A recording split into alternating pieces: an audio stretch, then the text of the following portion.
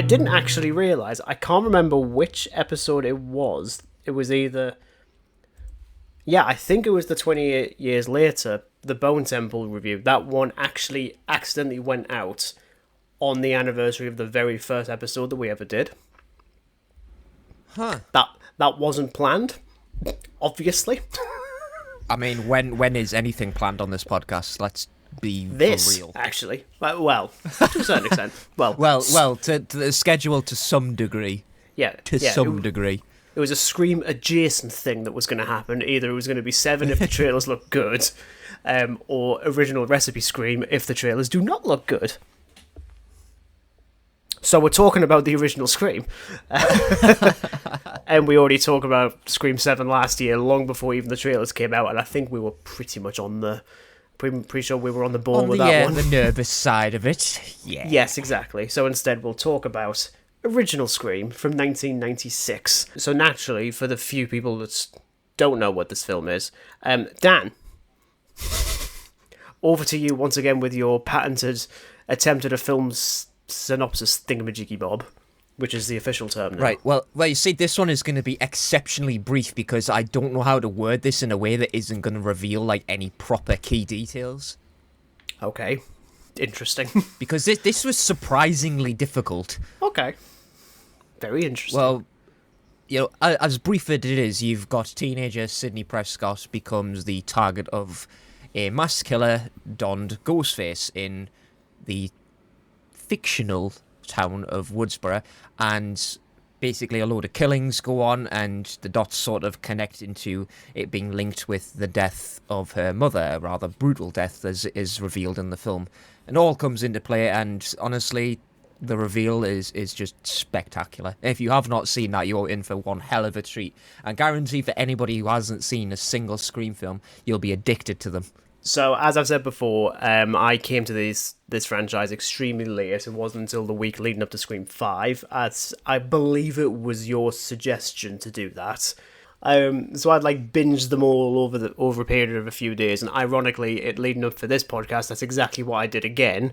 This movie has neither aged better or worse. It's remained exactly the same for me, in that it's still an absolutely terrific slasher, especially for someone who is well aware of the slasher genre, loves the horror genre. This is right up my alley, quite literally. It is such a clever horror movie. I think first and foremost, it's extremely clever. It doesn't treat the audience like idiots. It's not only a satire of both horror as a genre and slashers as a subgenre. It's also, for me, a celebration of it. Especially at a period in time when both were very much starting to go down quite a bit. We can get into it properly in a little bit, but I absolutely love this movie. I think after seeing it on the big screen last year, my feelings on which was better, that being Scream 1 or Scream 5, naturally is the original. It just is now. I can absolutely see it. Scream 5 has gone down, to be honest, but I think it's much as the same as yourself, where I have watched it quite often, and that might be too. Yeah, I mean, I saw it twice in cinema. One of which was just the first time seeing it, and then the second time was when the release of Scream 6 was imminent, so they did a double bill thing. Oh yes. Yes, and I didn't do that. I kind of had to rewatch it. I probably would have said no if I absolutely despised the film. I don't, but I've just seen it too many times now, man. On to you, though. When did you first see Scream, and what was your initial feelings? Well, this is well before I started getting into horror and stuff like that. As a kid, I saw the licensed company that made the Scream masks, Fun World. Years and years ago, there used to be a shop down where I live, and they had this Ghostface mask in the window, and I was just fascinated by it, and I had to have it. So that kind of introduced me to what Ghostface was all about, and then, cut to years later where I finally get the opportunity to sit down and actually just watch Scream, which I couldn't tell you when I watched it. It was quite a long time ago. You're going a few years back here. Probably way before lockdown and stuff like that, actually. Okay. Yeah. So that just seeing this film, it totally changed the way I perceive a slasher film, because you can actually have fun with a slasher film. It doesn't have to be like a deadly serious. You can actually sort of be quite on the nose with a film like this, and it is very clever. You know, as you said, it is like unbelievably clever. Every single film that Scream has, I like, and yeah, I do have a bit of a grievance with 6 because I don't like it as much. I still want to like it, but I just can't. I don't have the heart to drop my rating on Letterboxd. Whereas I do. And like I did. it's stuck at a 3, but you know it is definitely like the worst one that they've done, and I just pray to Christ. Well, I don't pray to Christ because I don't believe in any of that stuff. This, like, I'll be happy if the 7th is just better than the 6th at this point. I'll be happy. I think for me, as we delve into like a proper discussion on original recipe Scream, as I like calling it, I just like calling it that for some reason. Well, it is because it is completely its own thing. Like you can't sit and watch Scream and think, oh yeah, well it's like Halloween. Yeah, because it's not. No, it's unlike anything before it. And it's like what you said before, with it being like a really fun movie. You can still have fun with the genre. That's something that I don't even think. I mean, 5 does to a certain extent. 6 doesn't. It takes itself significantly more seriously, and I think it's to its detriment. And suddenly, it Scream really 7, actually. I think, looks even worse for that. I'm like, no, you still need to have fun Who is with it this. in? I can never remember her name. It's is it Mindy? Or am I Yes. thinking of The Simpsons? Mindy. Okay, it is No. Mindy. Yes, Mindy. Where in 5, like, she's quite a bubbly character, and in 6, it's the complete opposite. Like, in 5, it's like, oh my god, he's making a requel! Yeah. That just makes me laugh so much, that part. But you can have fun with a slasher film, and I think, yeah, you can do it serious, as Scream 6 attempted to. It might not work, but Scream has a charm to it. Yeah, it still does. And it even goes to the opening scene.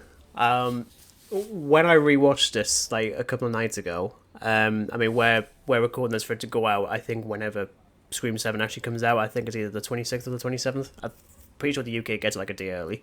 I'll be getting the popcorn bucket, obviously. It's a really cool popcorn bucket. Anyway, even the opening scene, I think I decided I think is my favourite opening scene of any film ever. And I didn't realise I was going to get to that. I mean, it is an absolute icon of the genre. I think even, like, especially me going into it for the first time a couple of years ago and knowing absolutely nothing, like, even after watching Scary Movie years prior, and just completely forgot about it. Just the very concept of getting like the hottest actress in Hollywood at the time, that being Drew Barrymore, and killing her off in the first 10 minutes, and you're like, the ghost of Janet Leigh is looking over at you being like, you know what, I can really commend that. That's a really nice that's a really neat idea. Here's a fun bit of trivia that I can't actually give you physically as well, not that our audience will be able to see it. But sorry guys, I have pictured here a poster of the original Scream. Oh. Now, on the casting list, you obviously have, you know, like David Arquette, Neve Campbell, Courtney Cox, Matthew Lillard, Rose McGowan, Skeet Ulrich, and Drew Barrymore. It's set up in a way that you can never identify who is the villain or who is going to die first. It was quite a clever little play with marketing. I like that. Because I can imagine these, because I mean, really the closest that this series has done to kind of upending that, you could argue with Scream 5, where they let Jenna Ortega live, or I think really the one thing that I do still like is in Scream 6, when you've got Samara Weaving, who's a phenomenal actress, have her on all the marketing and all the posters, and then you kill her off in the first 5 minutes. That's very much the same way of doing it. I'm like, yeah, this is like the only franchise where you can do that. Scream film that has the weakest sort of opening scene, I'd probably say, is 3. Yeah, we both went exactly with 3. Can't really remember a lot of it. I think it's Cotton, isn't it? Cotton Weary Yes. or whoever? Yeah. Yeah. I think that's the weakest. I mean, this one is just like, wow. I remember seeing it for the first time, and you just think, oh, the call means nothing. Then it's like, you hang up on me again, and I'll cut your throat, bitch. I'm like, oh god. But I think it's even now it's hit the fan. Yeah, but it's even like even the voice of Ghostface in the original Scream is still the most chilling, because for the most part he just sounds like a dude. Like, he doesn't sound overwhelmingly scary by any means of the imagination. I mean, in comparison to the modern ones, like, you hear his voice, you immediately realise, oh yeah, this guy's just evil. Whereas you listen to that opening scene, it's like, he just sounds like a guy. Even when you realise what's going on, he still sounds quite charming, to be honest. And that's really off-putting. Like, even when I remember when I first watched it, and you are kind of put off a little bit. Like, it takes you a few seconds to register. Oh, he's actually... Oh, right, okay. Put the phone away, please. Put the phone away. I think it's the line where it's like, because I want to see who I'm looking at, and then it's like, oh god, I just felt a chill go over my shoulder. That one is still that might be one of my favourite lines in one of these, when you realise what's going on. Yeah, I think it's absolutely brilliant. I mean, you've got to commend Roger L. Jackson for his work in, he's the voice actor for Scream ever since it came out. You got 7 films. Yeah, and he's still doing it. I liked reading. Just phenomenal. Yeah, when I was reading your favourite scary movie by Ashley Cullens, it's a terrific book on the production of all these movies, and Roger was talking about how for the most part they always kept him offset, or at least away from any of the actors, so no one could put a face to the voice. I thought, oh, that's a really good way of doing this. And also meant that he could be there live as well, so they are actually talking to him on the other end of the phone. I was like, see, just little things that just make it work so well. And like I say, with that entire opening scene, it's just an absolute masterclass in tension. I think one of my favourite bits, especially from the opening, is that it ends with like literally like the corpse of Casey Becker, which, by the way, this is something the most sadistic version of Ghostface ever. I must say, when I first saw that scene, I honestly didn't know what to expect. I was not expecting it to be that brutal. Yeah, I paused and I was like, wait, is he going to be doing like a Predator and just hanging them from trees now? Which, but the fact that the Ghostface has never done that since, I'm like, come on. Oh god. Well, you know what, they might do it, because in the I think it's Scream 5, where like obviously the Stab universe exists within Scream, and they've got like this whole thing of it, like, well, they essentially take the piss out of a slasher films where like they're immortal and they use stupid methods and that. So you've got like Ghostface with a bloody flamethrower, which, for the record, I want. Like, that's such a neat idea. and like some corny one-liner, Yeah, I don't see why not. I think, honestly, just occasionally just decide, if we're not going to do a proper Scream movie, we'll just do a Stab movie and just release it. Like, yeah, I'm totally down for that. I think it's brilliant, the fact that like a horror film can have a horror film within it. That's just bloody genius, actually. Yeah, absolutely. And it still works. Mm-hmm. But brilliant. But yeah, going back to that last bit of Casey Becker, which is just hanging out, and then it just cuts to black, and then just immediately cuts to Sidney Prescott. Just no like set of anything. It's just immediately to her, and I remember watching that thinking, oh, so this is what we're doing. So either we're just going to go through people every 10 minutes, or it's going to be, oh, people wanted Drew Barrymore. No, we're actually going to get Neve Campbell, who is like, I know people like really like Jamie Lee Curtis in Halloween and all that sort of stuff, but Neve Campbell as Sidney Prescott's just absolutely amazing. Like, still is. Yeah, it's a person that fits the franchise for me. Like, it's like, who do you associate her with? Like, Scream instantly. That's what it comes to. Like, yeah, she's been in other stuff, as has Jamie Lee Curtis. Like, what do we know Jamie Lee Curtis for? Halloween. Like, that's certainly what comes to my mind. Again, being in other horror films, like The Fog That's all I know. Yeah, there we go. Well done. Knives Out. Yeah, that kind of backfired, didn't it? Oh, well, yeah, Knives Out as well. Yeah. I was more thinking of horror, but hey ho. When do you not think of horror? Like realistically, never. It's horror is my nicotine. Yeah, it is. But I do think it's very brave to, have like the biggest name in Hollywood being killed off in the first 10 minutes, and then putting you into the shoes of another person, be like, no, you're going to be following her, and you're having to expect the audience to actually. By marketing. Mm-hmm. And I can guarantee that they just wouldn't do that sort of thing now because. Well, to be honest, even with the later Scream films, the marketing has always been brilliant.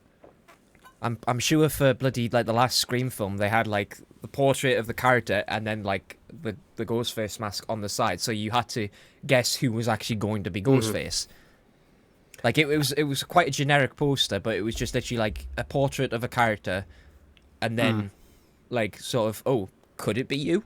Could it be you? Or could it be you? But no, because I like the fact that it isn't just a slasher. It's not just a horror film. It's also a whodunit. And I'm like, right, that's. Yeah. Yeah, it's like two things in one film, which sounds like an awful lot to juggle, but I think massive respect for actually just managing to pull that off. Yeah, because I think for me, what it actually reminded me of, and it's especially because I've just read the book that this film is based on, Silver Bullet from 1986, actually, so I need to find that. I think I've got it somewhere. That one's basically a horror slasher whodunit, but the slasher villain's a werewolf. And I'm like, yeah. I'm absolutely, yeah, because that suddenly makes it even more difficult, because it's only hunting people once a month. And it's like, that should be easy. That's such an easy idea, and I love it. And having it with this, where not only is this like a celebration of horror, but all the characters, finally, have seen more than 3 movies in their entire life. Yeah. I like the fact that, it's not just, we know what the tropes and tribulations of a horror or a slasher is. We're not just going to just do them again, but it's better now because we've made fun of it, we've said it. That's like the Michael Bay logic of jokes, in that it's just point a finger and laugh at it. It's like, no, Michael, it's not funny. Like, whereas this can literally do the subversion of it, such as killing your apparent lead character in the first 10 minutes. But also, I think for me, what's the cleverest is the brilliant way that this movie diverts your attention away from the killers every time you think it's going to be them, and they find a way to say, oh no, it's not. So like the first one that pops up, even as soon as I saw him, of course, is Billy Loomis. Yeah. So immediately you're like, yeah, it's him. It's got to be him. And then he gets arrested. So you're like, oh, right, but it still could be him. And then there's another phone call with the killer, and you're like, so it's not the boyfriend, okay. And then just the genius idea of, oh wait, it's a masked killer, why does there have to be one? And you're like, oh, for God's sake. Kevin Williamson, you absolute legend. It's absolute genius, because I think when you watch that first time, you're like, well, if it isn't the boyfriend, who is it? And then you get to the reveal, it's like, there was 2 of them. I should have guessed. Just like absolute cinema. And it's the fact thick. Yet beautiful. And frankly, I like the fact that for the most part these movies have always kept the idea of, oh yeah, let's have multiple killers, because it's quite easy to. Yeah, ironic. Which that one is. I might actually shift my tune and maybe make Scream 3 the worst one. Because Scream 3 actually makes this one worse now but whatever. We're not talking about Scream 3. I don't want to. But I just love the way that they sort of characterize Billy and Stu. Of course, revealed to be the killers. Spoilers. Come on. If you're this far in, you already know what happens. And I like just the simple reasoning behind why they're killing. I mean, like for Billy, it's just like, just do it. It's fun. And you're like, God, imagine that now. I mean, it's kind of a twisted revenge plot, really, because Sidney's mother is known to have cahoots with with Billy's father, so his whole family fell apart type of thing, and Stu just does it because he's just a lunatic, to be fair. It's like peer pressure. One kind of that relationship. Yeah, it is literally peer pressure to that guy. It's like, why not? Yeah, but I think as well what makes it work is that you'd think that suddenly knowing who the killer is suddenly makes either them as Ghostface or them as themselves less interesting or less frightening, when in reality it just makes it even scarier. Especially with Stu, because Matthew Lillard... I have to remember that my first experience with Matthew Lillard as an actor is Shaggy in Scooby-Doo. So seeing him as a deranged it's psychopath... odd seeing him as a deranged killer. It is... it's very different. It's very unnerving. It's like... Yeah, just get him a dog. He'll be fine. just like get him a talking dog. He'll be all good after that. So what's your reason, Stu? Peer pressure. Yeah, literally, it's exactly what it is. I'm like, yeah, you know what? Did you really tell my mom and dad? You're damn right I did. Oh, they're going to be so mad at me. Oh, just... Do you know, the bit that gets me every bloody time is when Skeet Ulrich just yeets the phone off him. Yeah. You hit me with a phone, dick! It did sound like there was a lot of that sequence that was just completely ad-libbed, and they're just like, yeah, let's just start throwing phones at each other. Totally. It's just like... But it works, because again, it's like, they're still extremely clever, but they're also now having fun, which is now making it even scarier, because they're just yeah. I mean, granted, the dumb thing is them just starting to stab themselves. Like, that's just a bit, like, you have lost me a little bit. I was like, guys, she's right there. Yeah, like... Focus on what like, you're here to kill, please. I think it's at that point when you really kind of just see how unstable Stu Marker really is. Yeah, absolutely. Because it's like, oh, I got a little bit carried away. Jesus, just a bit. And it's just funny that you think that like there's still people who have this prevailing theory that Stu Marker's still alive after he's been like just everything and a TV. It's like, no. Like, I know we take the absolute piss out of Chad getting stabbed like 13 times. Somehow I think getting stabbed and having like what can only be described as like a dumbbell television being dropped on your head, I don't think you're going to survive. No, absolutely not. Because that TV is the definition of a 90s TV. Yeah. Those things weighed a ton. Well, I mean, like, we've He's already dead. said it. He's very dead.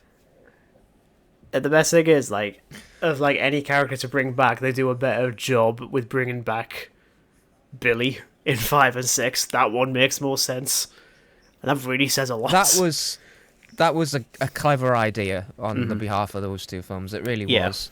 With the other characters, before we get on to anything else, I think bar Sidney Prescott and Sam Carpenter in these movies, my favourite character is Dewey. I adore Dewey so much, because I think as well, because this is an easy character to just mock, like, utterly, because he's a bit dim, but I do like the line. I can't remember if it might be in Scream 2, when he's talking about when he's claiming that maybe this is all a facade and it's meant to put people off, so like I'm actually more intelligent, and he sat there being like, Dewey, you are dim, and that's fine. That's all right. You don't need to pretend it's anything else. But it works, especially in 4, especially in 5, because I love them in 5. All many pieces of them in 5. Still haven't gone over it. But he's brilliant in these movies. Like, I absolutely love him. The one that I've always treated like Marmite, which is useful because I don't like Marmite, is Gail, because she could easily... honest, I think it's a character that just grows on you. I mean, she's a total bitch. Yeah, but it just totally grows on you. Yeah, just like a wart that you don't want, and it's just there and just won't leave. It's exactly like that. Gail Waters. What is God grief? But yeah, this character can easily be considered sort of like a secondary villain in many ways. You know, because like she's there not just like reporting on all like the killings, but also everything that's been going on with Sydney's mum, and how she might have falsely testified against Cotton Weary, who may or may not have killed her mother. I must say, I love the running joke of that she's just like got this like flinch of when she knows she's about to get punched. I just love how we've kept that consistent across all 6, well, potentially 7 films. Really says a lot then, actually. So like the person who's appeared the most, bar a Ghostface, is Gail. It's Gail. And you're like, that's not fair. I was like, I don't really like her. And it's exactly like you say with the characterization. She is meant to be borderline and annoying, and just getting in the way all the time. And even though I was legitimately worried for her in 6, because you do think, oh, you could actually kill her off now, because she finally gets 100%. A phone call because someone clearly wants to talk to her now, and it's the killer. But even just like the little bits between Gail and Dewey, like the fact that a relationship can work between them two at all in any of these movies is the best writing, to be honest, because they do not fit. It's the fact like the first interaction of them, you know, falling in love is just hilarious as well. Mm-hmm. It's just sort of like they end up in a car crash. She's like, "Sorry, I'm on duty." It's like, oh god, Dewey, what a way. And it's like, you know, you've got like Sydney's musical theme, but like Dewey's is just spot on. I love it. And I didn't realise, like, because again, I mean, if there's one thing I never really thought about with any of these movies, it's the music. And I didn't clock it until realistically 5, when they have like the blaring of Sydney's theme when she goes back into Stu Macher's house, and you get like that proper theme again. I was like, oh, actually, okay. Yeah, actually, there is a... Yeah, stop thinking about Dewey's death. Stop it. I've got that on vinyl. I'm sorry. I've got Scream 1 and 2 on vinyl just in case anyone didn't know. What episode are we on? 141. I cannot wait until we get to like episode 200 and you're just shivering all the time. I haven't mentioned that I've got the score yet. And the best thing is, I haven't.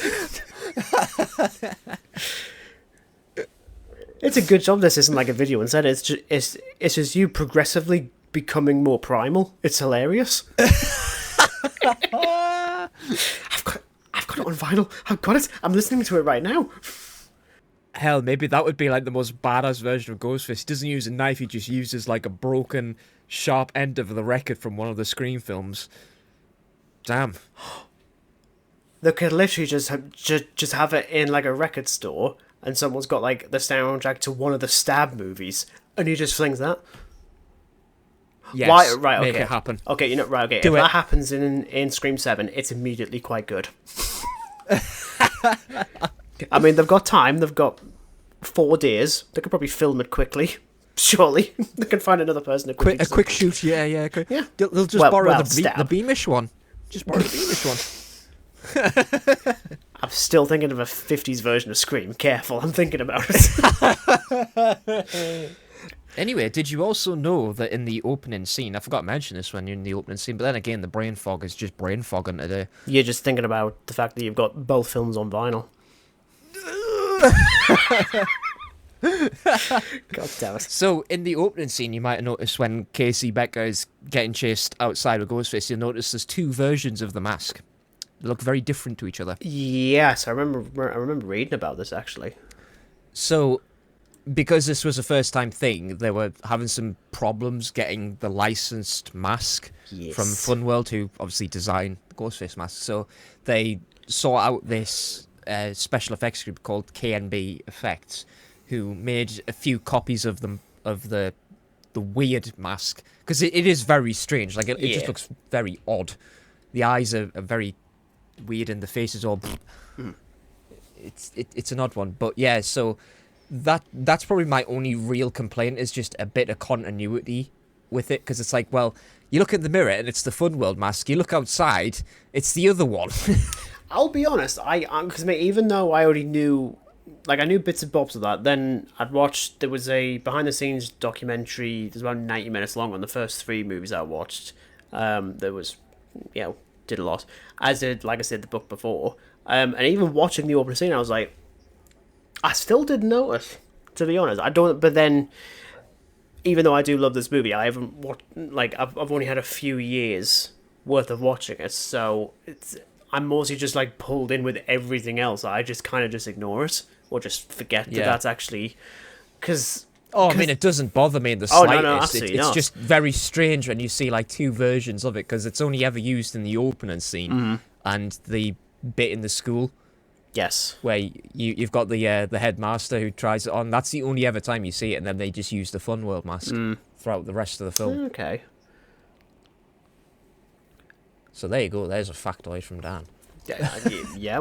We should have this as like a proper segment. Oh, and also the fact that like they couldn't find any other like thing to call the costume as it's named in the film other than Father Death. That's hilarious. Yeah. That's the other one, actually. Originally, the actual cloak was going to be white. Yes, I remember seeing that, and wasn't it because it looked a bit, risky? I mean, risky's being generous. I mean, like, I said about risky. More just, it would spur a conversation. I can't say how long said conversation will be. Not very long. Yeah. The fact that even that idea wasn't parodied in Scary Movie is mind-boggling, considering they parody everything else in life. They don't think, ooh, we could do that for 5 seconds, couldn't we, guys? It is such a loved film that it is incredibly difficult to find something new to talk about it than regurgitate what others have said. Yeah. So you just leave it to 2 northern idiots to ramble about it. If that's what people like, you can subscribe. That's fine. You can. That's do that that's what the people subscribe for. Apparently, for whatever reason, like, okay, fine. We'll just rant and ramble more than fine. Clearly, we're doing something right. Yeah. So you don't want to talk about bad movies? Okay, fine. We'll talk about the good ones and just ramble about it. Let us Jurassic World. I mean, hey. I mean, like, if you're gonna talk about like a memorable scene, if you had to just narrow it down to one, what would you say? Oh, shit. I mean, like, beyond, like, the opening scene, like, it's... I mean, they're all terrific. Like, it's just, as, like, an idea, it's fantastic. I mean, when, like, you eventually reveal who the killers are, the fact you can keep on twisting it, both the knife and also the actual revelation of who it is. Yeah.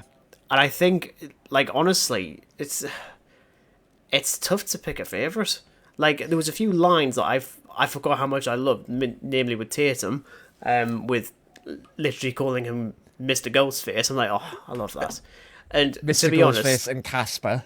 yeah, and to be honest, as much as I might rag on Scream 7, Sydney's daughter is called Tatum. I think that's actually that's quite a neat idea. I like that.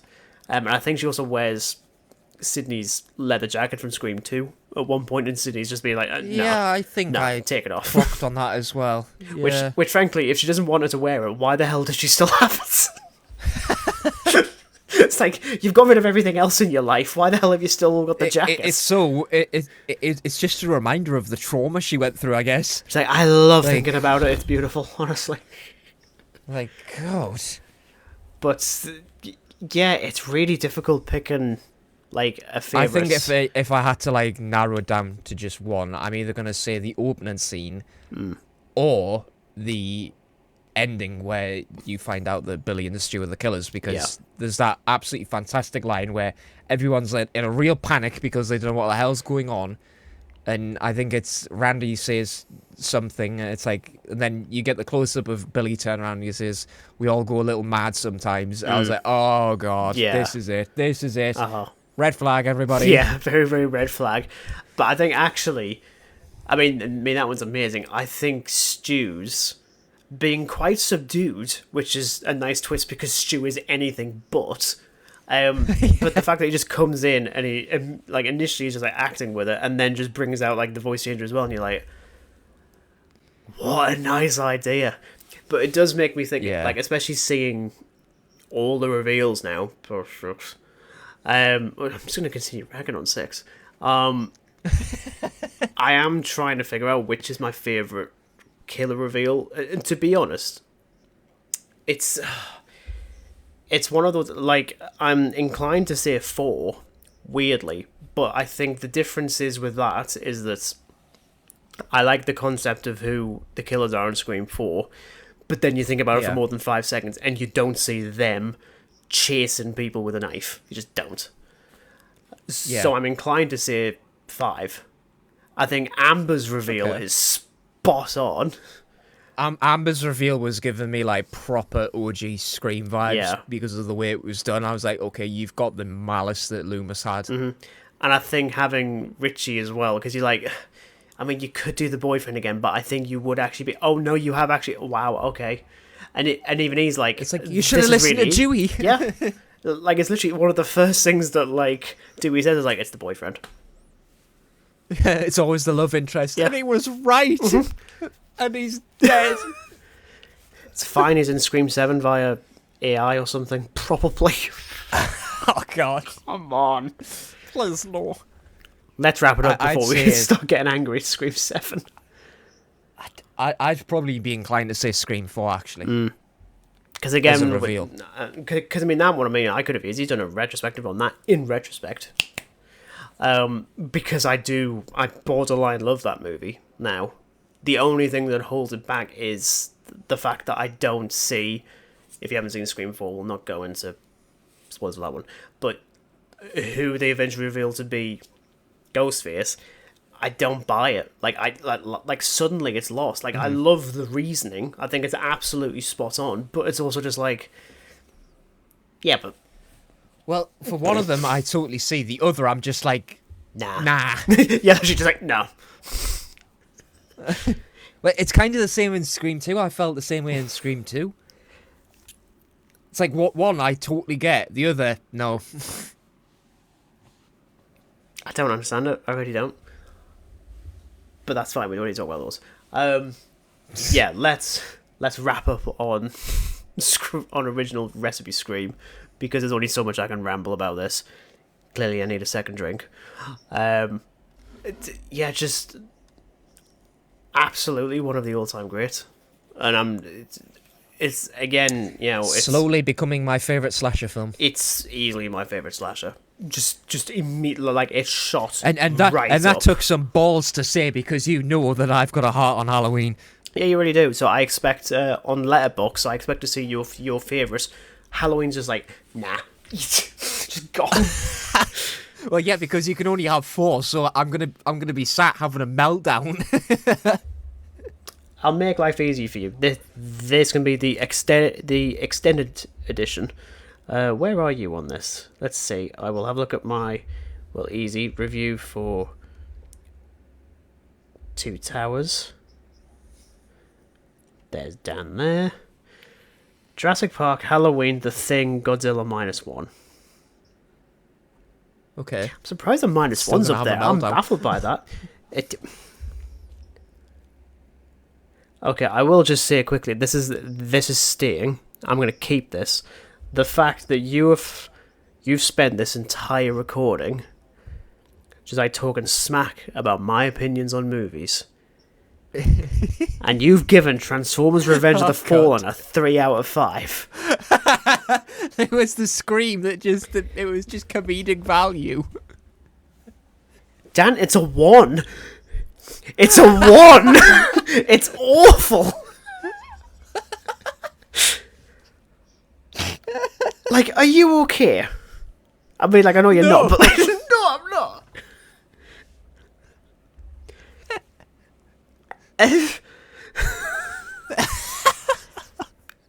Anyway, wrapping things up, because I can't. We're gonna have a talk after this. Oh dear! I can't. It's like being sent to the principal's office. That elephant ate my entire platoon. Skin sends a snore, for the record. Anyway, yes, we rant and rambled enough on Scream.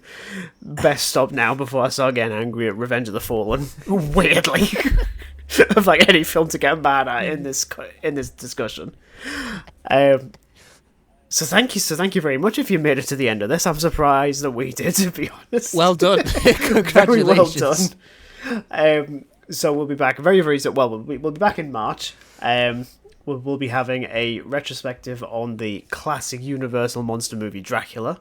So we'll see you then. And until then, it is goodbye from Dan. Goodbye. Wish me luck with the principal. And it's goodbye from me. Goodbye.